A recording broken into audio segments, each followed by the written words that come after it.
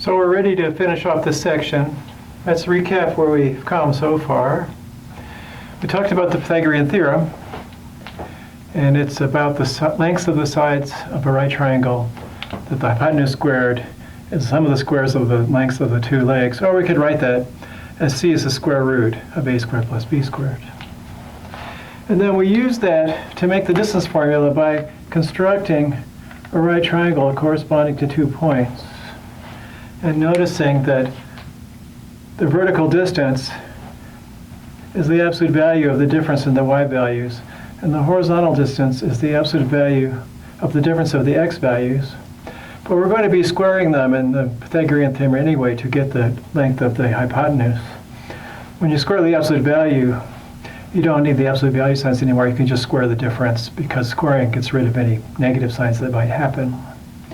So the distance just looks like the square root of the difference of the x's squared plus the differences of the y squared. That's the a squared plus b squared in the Pythagorean theorem. And then we'll do an example here of the distance between these 2 points.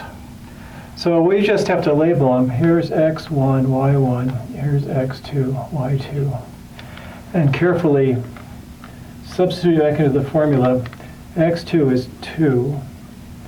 x1 is minus 3. It's minus a minus 3. That's squared. And then we've got y2, which is minus 4, minus y1, which is minus a 1, squaring that. All right? And so we get the square root. That's 5. That's 5. It's squared. 25 to 25, 50. And that 50 is twice 25, so that's 5 root 2, like that. So we did that. So that's how the distance formula looks in practice. Let's make sure we got it right. These are both x's, the 2 and the minus 3, and these are both the y's, the minus 4 minus the 1, and then those differences are squared, so you get positive numbers in each case. So you're adding 2 positive quantities. Here's 5, here's minus 5. When you square it, you get 25 for each, so that's 50. 50 is 2 times 25, so 25 is a perfect square. You get 5 root 2 when you take that square root.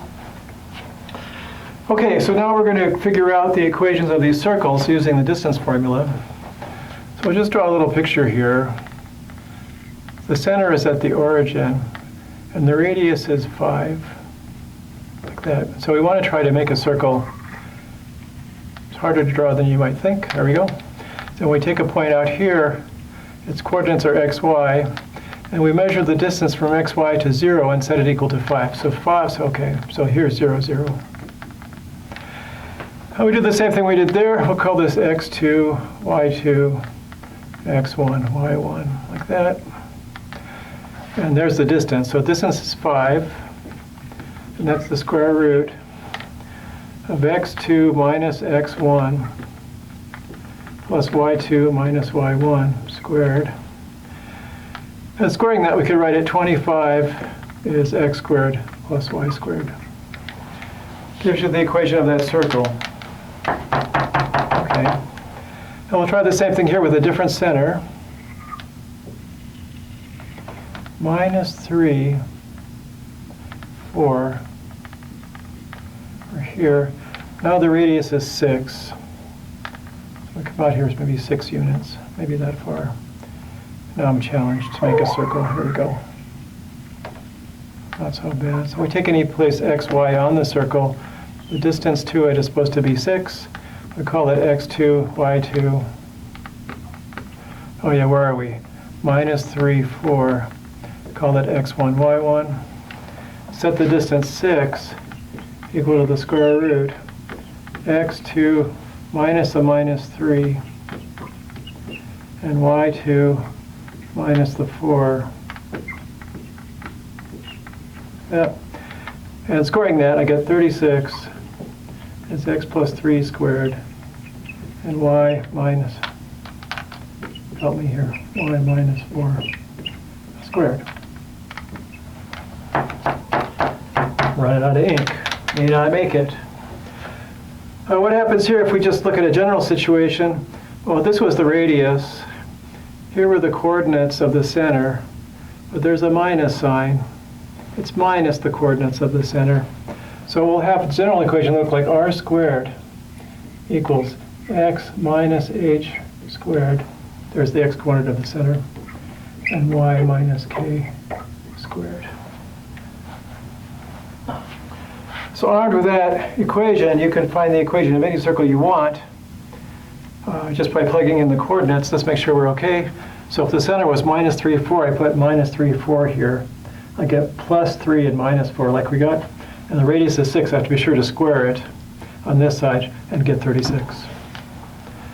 So there we have the conclusion of our Pythagorean theorem distance formula equation of a circle section. And that is that. I think that's the end of this whole business. That's the end of this section. Let me check it out, make sure that's right. Yes? That's the end of section 7.3. I'm just making some of these out of sequence, making sure that's right. So 7.3 just ended, and I'll see you next time on 7.4. Good luck.